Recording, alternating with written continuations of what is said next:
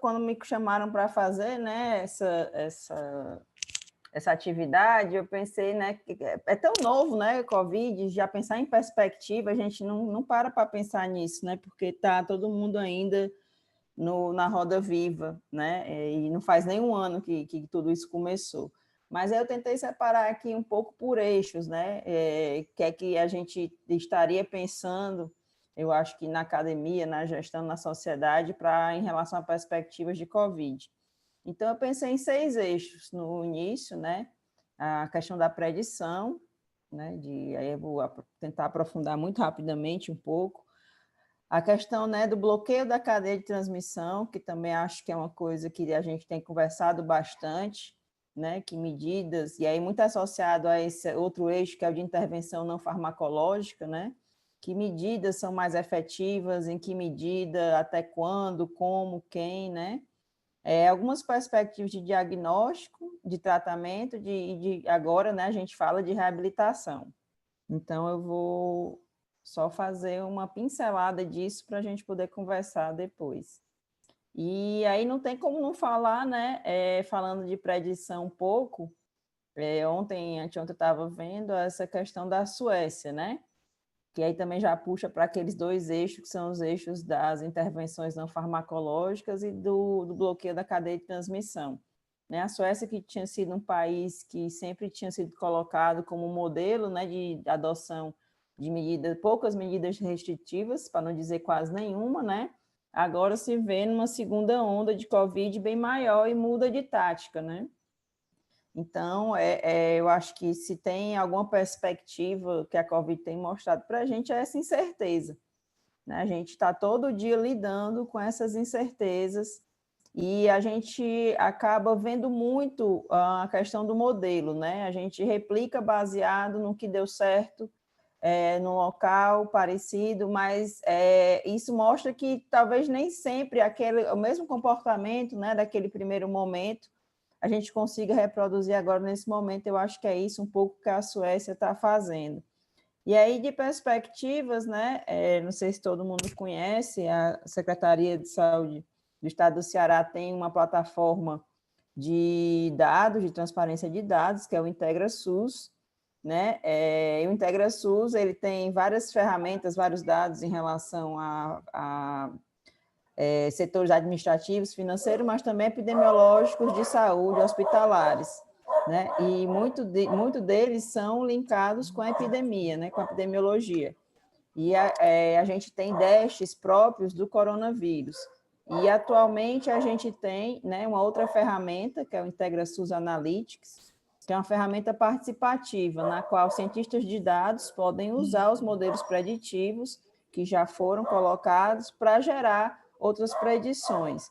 Eu vou só entrar aqui, eu vou sair um pouquinho aqui da minha apresentação. Posso entrar? Dá tempo? Rapidinho? Deixa eu ver aqui, está na... Vou Dá sim, compartilhar. doutora Magda, dá sim, viu? Pronto. Vou só compartilhar aqui, ver se a gente consegue ver junto. Deixa eu ver aqui como é que a gente vai fazer. Mas eu posso compartilhar depois, porque está bem em cima aqui. Vamos ver aqui.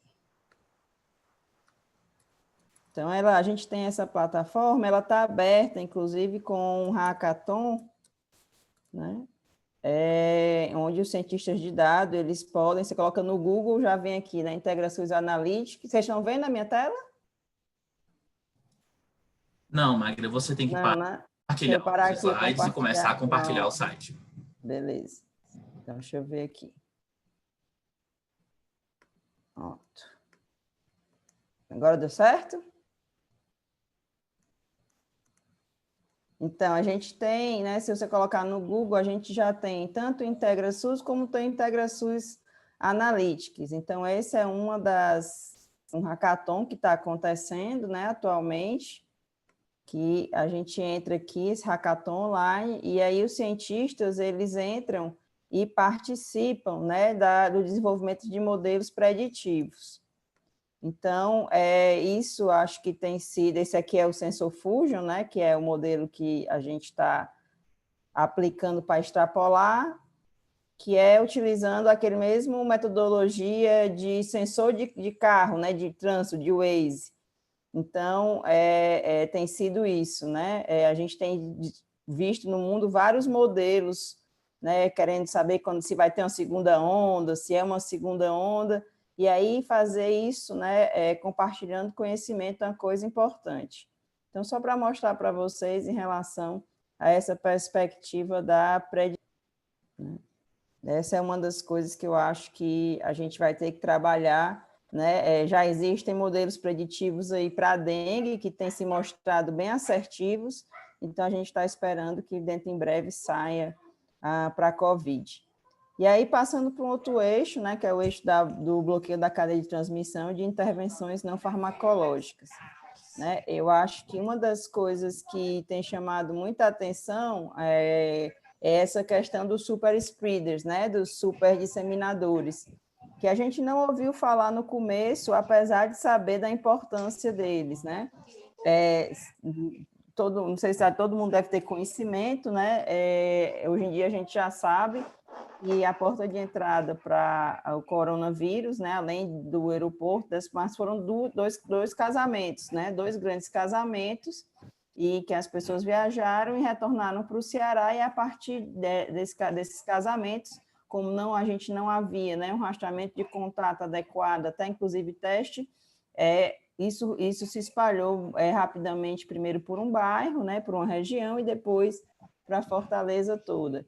Então, eu acho que uma das perspectivas que a gente vai ter que trabalhar, eu acho que talvez as pessoas comecem a entender isso agora, nessa questão de trabalhar, né, eventos superdisseminadores, pessoas superdisseminadoras, né? E aí entra um pouco aquela questão que a gente discutiu há algum tempo, né? Volta escola, não volta escola.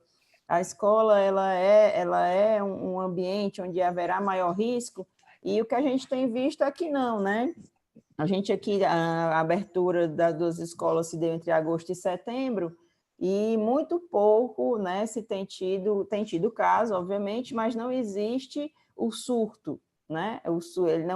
Não existe esse surto dentro dos colégios.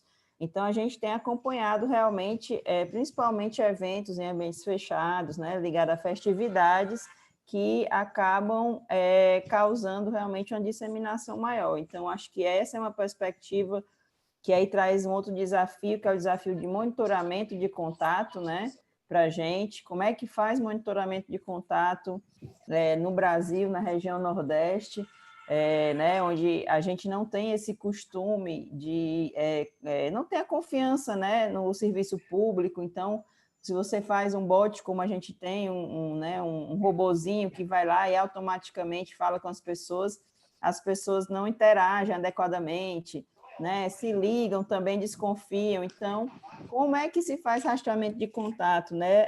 A gente tem opções. A gente, no primeiro momento, não utilizou a força de trabalho dos agentes comunitários de saúde, né? Mas é uma força de trabalho que mereceria ser usada aonde ela tem mais força, mas considerando, por exemplo, Fortaleza, que a gente tem uma baixa cobertura, né, de atenção primária e de agente comunitário de saúde, e isso acaba limitando. Então, acho que um dos grandes desafios é a gente pensar, né, e desenvolver maneiras de como fazer esse rastreamento de contato aqui. Eu acho que em nenhum local do Brasil, pelo menos que eu tenha visto, o Luciano pode até falar depois, tem sido bem sucedido nesse sentido, né? A não ser pequenas localidades, mas grandes centros não tenho visto experiências com rastreamento de contato, mas é uma coisa que a gente precisa fazer, né? E aí, eu acho que essa figura, para mim, foi perfeita, assim, né? Que é a questão do queijo suíço, para as pessoas entenderem que quando a gente fala, né, de medidas preventivas, né, ou de redução de cadeia de transmissão, a gente entende que não é só uma intervenção que vai funcionar, que vai resolver tudo, é um conjunto de intervenções, né? E aí é essa teoria do queijo suíço, né, na camada. Você vai criando o furo, ele não vai passar por todos se você tiver várias camadas, vai passar por algumas, mas se você tiver várias camadas, você vai evitar, né, que o vírus se dissemine. Então, é mais ou menos isso. Então, aqui essa figurinha é muito interessante, né? Ela pega camadas, então, usando, por exemplo, a questão da distância social, de ficar em casa se estiver doente, uso de máscara, etiqueta respiratória, né, a lavagem de mãos, evitar pegar na boca ou no rosto, evitar aglomerações, né, para ficar pouco tempo em ambientes com muita gente, a questão da testagem, né, ser rápida, da ventilação, de estar em ar livre, né, de ter, inclusive, esse acompanhamento remoto, né, e ter suporte econômico para as pessoas que não podem ficar em casa, né? A questão da quarentena e do isolamento, então tudo isso, e aí aqui eu acho, ele pega essa parte aqui de baixo, que eu acho mais interessante, ele divide, né, o que é que são responsabilidades pessoais de cada um e o que são responsabilidades compartilhadas, né? Então, eu acho que essa é uma figura, assim, que a gente vai ter que trabalhar, e aí, falando em perspectiva, né, eu acho que a comunicação ficou muito clara, a gente precisa se comunicar melhor, a gente precisa ter uma comunicação efetiva, né? A gente está numa infodemia, hoje em dia, eu não sei o Luciano, mas eu sou incapaz de acompanhar os artigos que saem de coronavírus, né? Esses momentos são interessantes, porque assim, alguém leu alguma coisa e traz para a gente ver, mas como foi no começo, né, que a gente saía, a gente lia todos, agora já não dá mais. Então, e as fake news no mundo. Então, e um cansaço, né? As pessoas estão cansadas, as pessoas elas também estão com sofrimento psíquico. Essa é uma perspectiva que a gente precisa trabalhar, né? Eu não coloquei aqui numa perspectiva de sistema de saúde, mas agora falando, me lembrei e vou resgatar, que é a questão que, a partir de hoje, né, a gente já trabalha nessa perspectiva de que a gente vai ter que ter o que a gente está chamando de hospitais, de serviços de porta dupla, né? No momento inicial, onde realmente não se tinha nenhuma estruturação adequada, né? Não se tinha, e tinha muitas incertezas, e que a gente foi fazendo aquilo que a gente estava vendo, que estava dando certo, mas era muito incerto isso, a gente parou tudo, né? Se parou cirurgias eletivas, se parou atendimento ambulatorial só para tratar Covid. Hoje em dia, eu acredito que a gente não deva chegar nesse momento novamente. Então, a gente vai ter, essa é um desafio, né? Como trabalhar em hospitais, em UPAs, em serviços de pronto-socorro com dupla porta. Quer dizer, eu vou ter que ter aquele tratamento, aquele atendimento para o paciente COVID e também vou ter para as outras doenças, né? E aí, em relação ao diagnóstico, né? Um outro eixo em relação às nossas perspectivas. A gente apresentou, né? A gente tem o COI da CESA, e aí na sexta-feira a gente teve uma reunião, e uma das nossas perspectivas novas para até facilitar é a questão do uso da saliva, né, em vez do suave. A gente tem pesquisadores desenvolvendo que já validaram a técnica da coleta da saliva com o meio próprio, né, inclusive com durabilidade ótima. E agora, o que a gente precisa, né, é engraçado como a gente não pensa isso na área da saúde, né? Se eu for coletar saliva, então é muito ruim se eu tiver um copo de boca larga. Então, eles viram que precisaria de um adaptador, né, para a coleta da saliva ser feita dentro do tubinho já direto, né, junto com o meio. Então, agora é o desenvolvimento desse adaptador para a coleta de saliva, o que facilitaria muito, principalmente para aqueles profissionais, né, que frequentemente precisam fazer RT-PCR, profissional de saúde, profissional da segurança, porque o exame de suave, querendo ou não, é um exame incômodo, né? Então, a saliva é uma das possibilidades aí bem rápidas, mais próximas para a gente fazer e adotar. E a questão do teste do antígeno, né? A gente já também tem tido validações, principalmente no EMOS, em relação ao antígeno, né? Existem algumas ainda dificuldades, o maquinário ainda ele não faz múltiplos testes, né? Então ele tem essa limitação, ele faz em um tempo rápido, 15 minutos, mas ele faz uma amostra por vez, então ele não processa um grande volume de amostras, ele precisa ser adequado para uma situação específica, e é isso que a gente está pensando nesse momento, em que situações poderiam se encaixar, né? Em relação ao tratamento e à reabilitação, que é o último eixo que eu vou falar muito rapidamente, também foi uma discussão que a gente fez na sexta-feira, no COI da CESA, e aí trago os slides aqui que foram apresentados pelo professor Kenny, né, pela escola pública, que eu acho que é uma estratificação, né? É a proposta da escola... Ui, deu cachorro. A proposta da escola é que a gente possa... Está dando para ouvir ou está muito ruim? Está dando? A proposta da escola é que a gente possa atuar como a gente faz na dengue, né? Com níveis de estratificação através da gravidade do paciente. Então, que a gente trabalhe com estratificação no nível ABCD, né? E que essas pessoas elas possam ser encaminhadas para o serviço de acordo com o nível de complexidade de gravidade do quadro, né? Então, eles fazem como a gente faz na dengue, né? Então, a estratificação de risco, se tem qual é o risco, né? Se os sinais clínicos, se é sinal de alarme, quais são os marcadores e se tem contexto, sim ou não. E aí a abordagem muda, né? Se ele vai para a unidade básica de saúde, se ele vai para a emergência, ele vai para um hospital. Se o monitoramento ele é feito remoto, presencialmente, como é que a gente faz o segmento, né? A partir do D7, é todo dia, é diário, é de 48 horas? Que exames a gente está coletando? Hoje em dia a gente já tem uma cartela de exames, eu não sei se o Luciano vai falar um pouquinho a partir do D7 para monitorar atividade inflamatória e evento tromboembólico, né?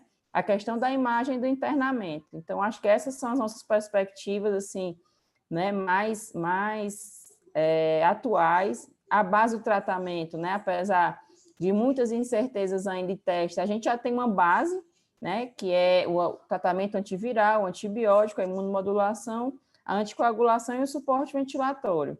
E a reabilitação, que eu acho que é agora uma que a gente vai começar a trabalhar, né? A gente tem dois públicos, eu acho que é o público que fica com sequelas de Covid, que a gente chama, né?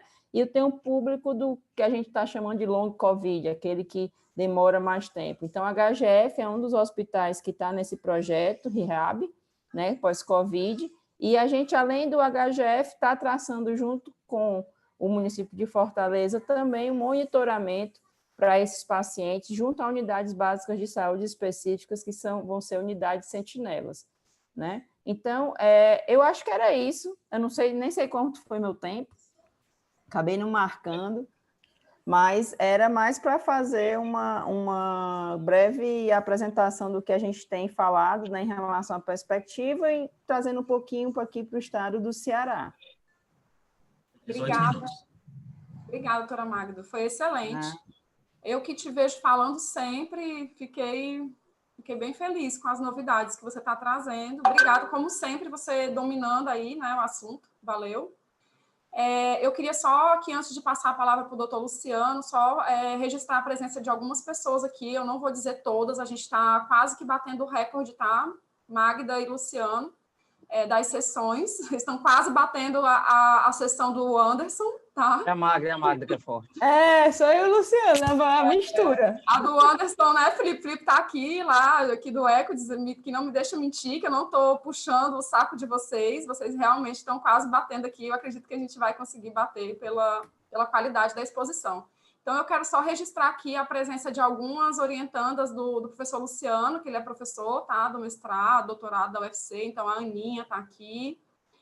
A gente tem o Gesiel, da SMS, o Edenilo, que é assessor da doutora Magda, a Gisela, que é da Superintendência de Fortaleza, a Irla, que é da PROEP, pedagoga da PROEP. Não vou ler todos, tá, pessoal? Não fique com ciúme. A Ana Rita, assessora da doutora Ricris, que está aqui, Ricris, coordenadora de vigilância. A Sheila, que assumiu recentemente a célula de resposta a emergências. A Kaline, a aluna de ouro do professor Luciano. Louane, faz tudo da Covid. Luiz Osvaldo, que é agora o nosso coordenador de saúde do trabalhador, não, vigilância ambiental. Eu tenho que falar rápido, registrar a presença do Paulo Martins, da TV Verdes Mares. Paulo, seja bem-vindo. Rui, temos pessoas, eu acho que de outros países, Úrsula, a Verusca também está aqui, e a Tati do Cieves. Então, está bastante cheia a sala, e o nosso Instagram, se o César quiser falar aí, quantas likes e curtidas a gente já teve, o Instagram também está bombando. Obrigada. Gente, um lembrete rapidinho também, para que nós podemos ter um registro, que estamos quase batendo o recorde. Não se esqueça de preencher o link que a sala colocou no chat, é o link que a gente usa para coletar os dados de participação. Obrigado. Obrigada, vou colocar novamente. Pois, professor Luciano, está com você aí a palavra. Bom, obrigado aí pelo convite. É sempre um prazer falar. Bom, o professor vive falar, né? Então, acho que falar nesse cenário é sempre legal. Tá, a projeção tá ok, sabe? Bom, queria agradecer mais uma vez o convite feito pela Sara, pelo pessoal do ECO, pela professora Daniele, e queria gastar esses 15 minutos, aí Sara me avisa quando faltar uns 2 minutinhos, mas a proposta que me foi pedida é esse, o que a gente sabe ou o que a gente acha que sabe da pandemia. E eu acho que é um desafio muito legal, porque a impressão que eu tenho é que a gente acha muito mais que sabe do que sabe de verdade.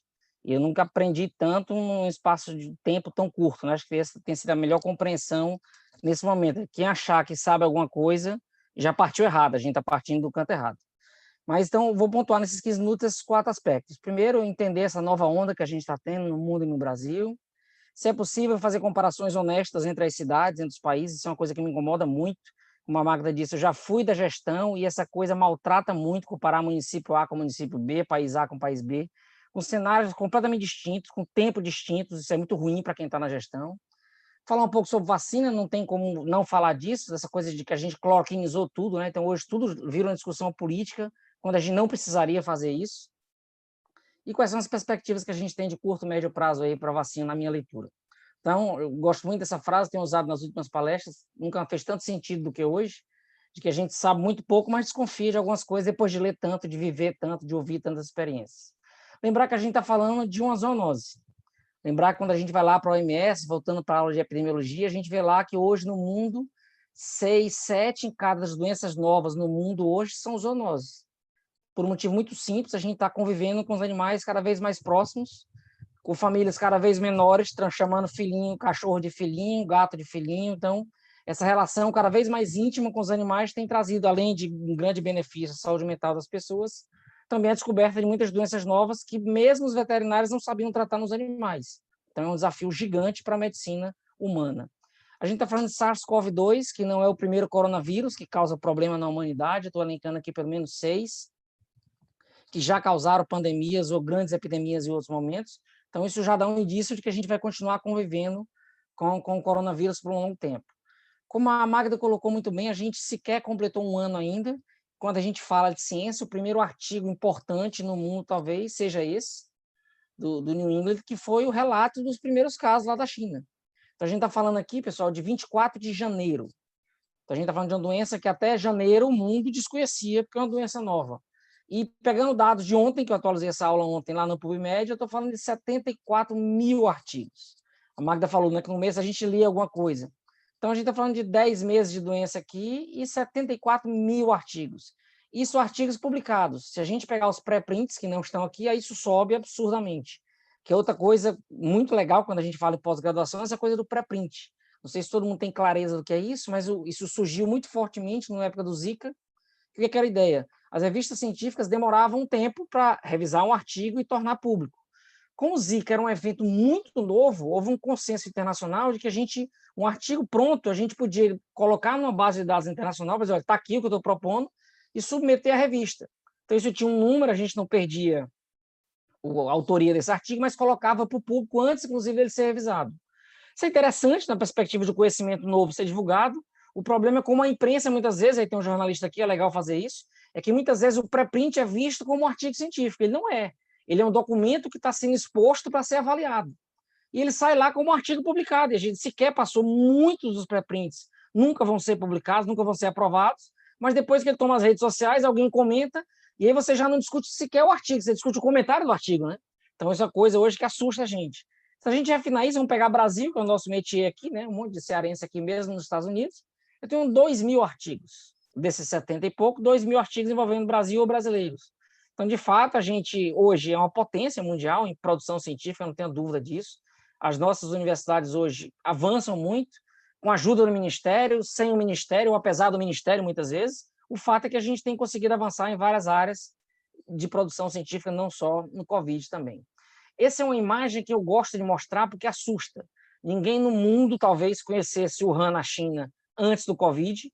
Isso aqui, pessoal, é uma imagenzinha dos aviões e dos trem-balas que passaram, que saíram de Wuhan, na China, em 2019. Vocês terem uma ideia do que eles representam, então, assim, eles estão no mundo todo, a gente não tem mais como fazer barreira. Eu me lembro, no auge do Aedes aegypti, há 10 anos atrás, hoje ninguém nem fala mais nele, né? Acho que ele pegou o Covid. E aí as pessoas diziam, o que vocês estão fazendo para não entrar o dengue 4 no Ceará? Eu disse, senhora, a gente não barra nem mosquito, nem vírus, não barra nem gente, como é que a gente vai barrar vírus? Então esse é um mapa, esse é um gráficozinho que mostra claramente como a gente se espalha hoje no mundo todo com a velocidade muito rápida e naturalmente as coisas boas e os vírus vão juntos. Aqui um aprendizado para a gente morrer de inveja, né? Claro, a gente não pode nunca se comparar à China por vários motivos, felizmente, mas o fato é que eles conseguiram construir um mega hospital em alguns dias. A gente tem hospitais aqui da Copa do Mundo de 2014 que ainda não foram entregues. 2014 foi a Copa? Ou 2018, sei lá mais quando foi a Copa? Acho que é 2014, né? Estou sem referência. Esse ano a gente perdeu um pouco a noção de tempo, né? Mas a gente tem ainda hospitais da Copa para ser entregues. Então, isso mostra a capacidade que eles têm de articulação, claro, em meio a uma pandemia, numa situação extraordinária.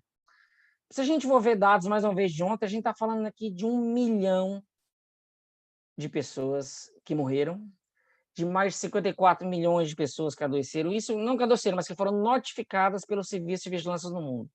Então, para mim, é muito estranho ainda ter pessoas que rejeitam acreditar que esse é um problema do mundo, que essa doença acontece e que mata as pessoas. Então, é muito estranho entender que pessoas desconfiam que seja verdade. Esse é um gráfico que é muito bom de ver, porque ele assusta. Se eu mexer aqui no mouse, vai aparecer na tela, aparece, né, o mouse? Pronto. A gente teve aquele primeiro surto lá de Wuhan, aquela coisinha na China, que começou a brincar. Depois a Europa começou a assustar. Eu vou voltar aqui para o mês de março, abril, quando a gente via na imprensa nacional aquela coisa da Itália assustadora, de 800 pessoas morrendo por dia na Itália, os corpos na porta das casas. E eu achava particularmente que aquilo era outro mundo, nunca ia chegar para a gente. Isso aqui é o que representava proporcionalmente a Europa naquele momento. O Brasil assumiu essa liderança nos meses ali de abril, maio, junho. E olha como é que está a Europa hoje de novo. Então, para quem não acreditava em segunda onda, a Europa está mostrando isso, claro, uma segunda onda completamente distinta da primeira em relação ao número de óbitos, em relação à proporção de internações, mas em relação ao número de casos. E aí é muito difícil comparar, porque a gente também não sabe hoje se eu tenho mais acesso a diagnóstico que eu tinha naquela época. Então, é injusto até comparar a primeira com a segunda onda. O fato é que a gente está tendo muito caso nesse momento em vários países do mundo e nos Estados Unidos. Então, essa curvazinha lá, aquela primeira onda da Europa que pareceu o caos, olha como é que está agora, né? Então, para quem achou que a gente viveu aqui o caos, a gente pode preparar. Lembrando que a América do Sul e o Brasil, especificamente, a gente tem uma primeira onda que não terminou ainda, né? Se a gente chama de onda, a gente tem um platô, que era o objetivo nosso desde sempre, era diluir a epidemia para a gente conseguir atender as pessoas, mas ninguém sabe o impacto disso a longo prazo. Na verdade, a história vai contar melhor do que o que a gente pode falar agora, o que aconteceu com os nossos casos. E aí, a imprensa adora perguntar, e uma pergunta que tem total sentido, é se a gente vai ter segunda onda no Brasil. Eu me pergunto sempre assim, mas a primeira terminou, né? Onde é quem disse que terminou, né? O Brasil é um país continental. Eu tenho cidades ainda hoje no Brasil que não tiveram epidemia de Covid, imagine. E tem cidades hoje que estão entrando sim na primeira onda. Manaus está entrando na segunda onda. Fortaleza, o estado do Ceará, eu acho que ainda não estamos vendo a segunda onda. O que a gente tem hoje é uma marola causada, provavelmente, muito fortemente, pela eleição. Mas que isso vai diminuir um pouco, e aí sim, ano que vem, como a gente imagina que essa doença vai se tornar sazonal, como as outras doenças respiratórias, como influenza, como gripe, a gente vai ter um aumento importante, sim, no nosso verão, no ano que vem, lá nos meses de fevereiro, março e abril, como foi esse ano. Então, a ideia é preparar agora para o ano que vem. Lembrando que o nosso objetivo era esse, era diminuir isso aqui, e imagino que a gente conseguiu. Tem um dado da Secretaria do município, não podia deixar de fazer essa crítica, né? Assim, como professor universitário, eu não posso nunca deixar de fazer uma crítica, que eu estou dando aula, do problema que a gente teve em relação ao acesso à informação do Ministério da Saúde. Isso gerou para a gente um problema muito difícil de entender. Tem um colega aqui da Verdes, né? Eu acho que é legal agora isso, mas é muito difícil para mim, como professor, como pesquisador, como residente no meu estado, explicar para as pessoas esse mapa hoje. Ele teve muito sentido naquele momento do auge, que estava todo mundo muito mal, mas hoje, em que eu tenho cidades, que eu tenho um número residual de casos e óbitos, tu tem uma cidade que tem 3 óbitos, a gente faz uma revisão dos óbitos passados, notifica mais 3 que aconteceram 3 meses atrás, eu dobro o número de casos, então eu passo aquele 15% e saio de ótima situação em queda para alta. Então, se você perguntar às pessoas hoje qual é o cenário ideal, é alta, estabilidade ou queda, todo mundo pensa que é queda. Mas é impossível, não tem como estar em queda o tempo todo, 15% todo dia. O cenário perfeito talvez fosse estabilidade. O fato é que esse percentual, como a gente está trabalhando com números muito pequenos, ele oscila muito. Então, esse mapa, para mim, é um desastre, porque eu acabo de dar uma aula, acabo de falar com pais da escola da minha filha, dizendo que a situação melhorou e o Ceará sai vermelho no mapa. Aí eu só falta matar a Magda, como ela deixou o mapa ficar vermelho. Então, claro, não tem nenhuma culpa disso. O fato é que esse indicador hoje ele é muito ruim. Então, ruim da gente entender risco. Ele não serve para isso hoje, ele serve para mostrar que está colorido, que está legal, mas na prática, hoje, ele me dá muito mais problemas do que me ajuda a explicar à população a situação que a gente vive. E aí, essas situações, né, que a gente viu em Fortaleza um tempo atrás, com 800% de aumento, essa barrinha, claro que ela não existe, isso aqui é um dia de digitação, de banco atrasado, um monte de coisa, um monte de problema. O fato é que nunca tivemos, nesse período aqui, 800% de aumento no número de casos. Então, é muito complicado, porque não é mentira, mas também não é verdade, então é complicado. Eu não queria estar na Secretaria de Saúde nesse momento, é melhor estar na universidade só falando mal da Secretaria. É muito mais confortável para mim, confesso. Bom, para quem ainda acredita que Covid não é um problema, pessoal, está aqui comparando com as outras grandes causas de morte da gente no Brasil, essa é a curva de Covid. Então, com todo respeito a quem ainda acha que isso é uma doença que está no imaginário, que é uma doença política, que é uma doença... Covid é, sim, um grave problema de saúde pública no Brasil, mesmo que tem excesso de subnotificação, que tem um monte de coisa que a gente sabe que a pandemia traz muitas vezes de hipersensibilização do sistema de saúde. Você notifica muito mais, o que, é claro, está todo mundo pensando em Covid nesse momento. E aí aquela coisa do final, como é que eu vou comparar cidades em que tem epidemias em momentos distintos? Olha que injusto comparar Manaus e Fortaleza, que tiveram um pico lá em março, abril, com São Paulo, que teve a pico em agosto. A dificuldade que Manaus teve, que Fortaleza teve, para comprar respirador, para comprar... Pessoal, toda a farmácia de Fortaleza faltou máscara, faltou álcool gel. Os nossos governantes, corretamente, chegaram a dizer naquele momento que a população não comprasse máscara, deixasse para os profissionais de saúde, porque a gente precisava. Os estados, as cidades, os países que tiveram a pandemia depois não passaram por esse problema, porque já estava reabastecido o mercado. Então é injusto comparar isso, porque a gente não tinha naquele momento. Então, é muito complicado fazer essas comparações, como eu tenho dito o tempo todo. E aí, vou terminar com essa brincadeirazinha do que a gente acha, o que a gente sabe que acha. Que a gente sabe, eu estou colocando em vermelho, o que a gente acha que sabe, eu estou colocando do outro lado lá. Dúvida nenhuma de que o isolamento social e o lockdown diminui a transmissão. Então, essa transmissão respiratória, pessoa a pessoa. Quanto mais pessoas próximas, mais transmissão. Professor, o senhor está dizendo aqui que a gente tem que fazer lockdown novo? Não sei se essa é a receita, não sei se essa é a melhor saída. Eu sei que, diante do cenário do mundo todo hoje, essa tem sido uma saída adotada no mundo todo, desde o mundo comunista até o mundo capitalista. Porque aí, não tendo o que fazer, parece que evitar o contato das pessoas direto, evitar aglomerações, tem sido a saída para diminuir o número de óbitos, não o número de casos. E o Ceará tem um dado descritivo, claro, isso aqui merece muita análise ainda, mas quando a gente olha isso, é animador. Tinha uma curva de casos muito ascendente em Fortaleza, quando é feito o primeiro decreto do governo do estado. Essa curva muda de forma importante, depois é decretado o lockdown. E essa curva, mais uma vez, muda de forma importante. Não tenho como garantir que foi isso aqui, gostaria muito, a Magda ficaria muito feliz que eu dissesse que, de fato, esses dois decretos mudaram a história da pandemia no município de Fortaleza e no estado do Ceará, mas, de fato, é um número animador, que leva a gente a acreditar que elas tiveram, sim, impacto positivo para a gente. Uso de máscara de forma indiscriminada. Não havia relato disso no mundo. Mesmo nos países do Oriente, que eles são acostumados a usar máscara quando estão gripados, diferente da gente, depois da pandemia, eles não usaram máscara de forma indiscriminada. Então, ainda há muita crítica hoje, acho que essa crítica é muito mais política, mas hoje, particularmente, eu não vejo nenhum meio mais eficiente fisicamente para diminuir o risco de transmissão de uma pessoa para outra do que um pedaço de pano na frente do rosto. E qual é a máscara boa? Meu amigo, é a máscara que está na boca e no nariz. Qualquer uma. Tem máscara melhor? Tem máscara muito melhor, mas aquela máscara de pano, a meia, a camisa, tudo isso é uma barreira física que vai diminuir a propagação de vírus de uma pessoa para outra. Hoje, eu acho que o discurso nosso no Brasil, principalmente, vai pegar o nosso Ceará, 95% da cadeia produtiva liberada. Não tem sentido falar em isolamento social, está todo mundo trabalhando.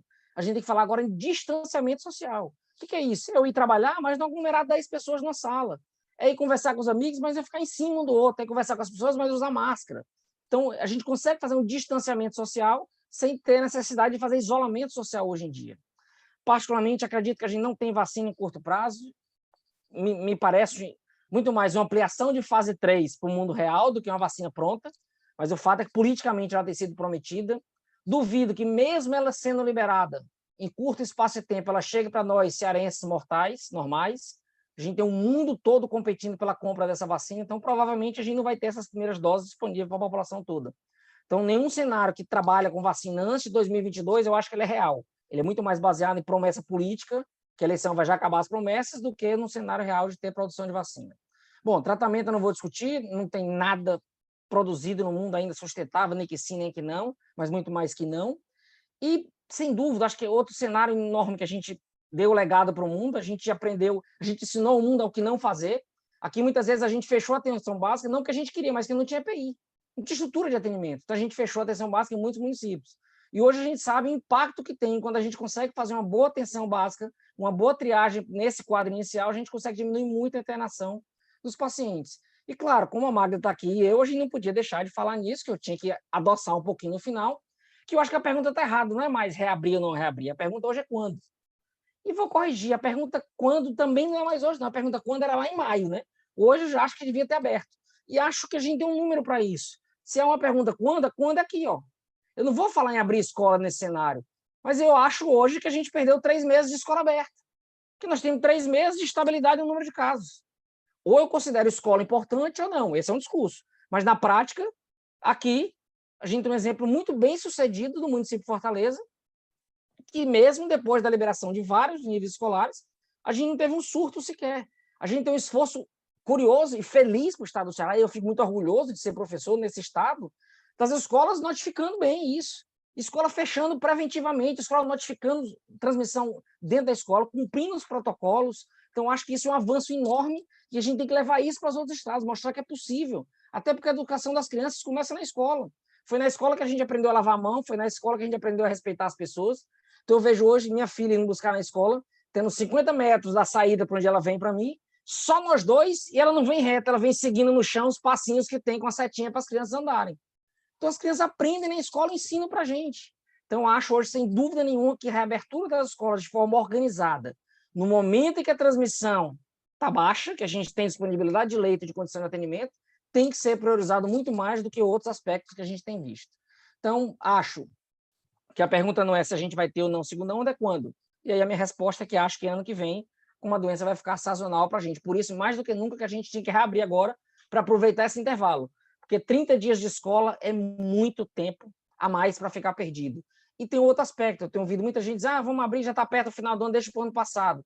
Olha, eu vou dizer uma coisa para quem convive com adolescentes muito próximos. A gente vai ter que readaptar os adolescentes a sentar 4 horas numa cadeira de uma sala de aula. Porque, claro, que se eu perguntar a qualquer um hoje, ninguém quer voltar para a escola. Tem coisa melhor do que assistir aula em casa? Assistir aula em casa, fazer prova virtual sozinho? Nunca. Ele está ali, está assistindo a televisão. Então, na prática, a gente vai ter que readaptar as pessoas, os adolescentes, a ficarem 4 horas sentados. Porque, sem dúvida nenhuma, o nível de aprendizado, e a escola não é só aula, não é só conteúdo, mas o nível de aprendizado presencial é muito melhor do que o virtual, mesmo com o avanço que a gente teve, outro aspecto fantástico para a educação, muita coisa veio para ficar, não tenho dúvida, que hoje eu vou viajar muito menos, que eu vou usar essa tecnologia para a gente se comunicar muito mais, mas escola, aula presencial, não pode nunca ser substituído por isso aqui, que a gente faz muito menos prova, que a gente tem visto ótimas avaliações, todo mundo subindo de nota, né? Enfim, por vários aspectos que a gente vê como é uma prova online. E eu queria fechar com essa frase que o Conas gostou muito quando eu falei, por isso que eu estou repetindo, que a maior justiça que a gente vai ver, a gente já começou a ver agora nas eleições, é ver profissionais e gestores muito sérios sendo julgados hoje pelo que a gente fez no passado, mas no passado a gente não tinha o conhecimento que a gente tem hoje. Então esse é um desafio. Então acho que a gente vai ver muito isso nesse momento e vai ser muito difícil para o legado que vai vir pela frente. Esse é o meu legado também para a pandemia, né? Como filho de epidemiologista, ele não podia perder a pandemia e nasceu antes, nasceu no começo da pandemia para não perder a animação aqui fora. Hoje, graças a Deus, estamos todos bem e eu acho que cumprindo os 15 minutos que a Sara me deu, era isso que eu tinha para falar e eu agradeço mais uma vez a oportunidade.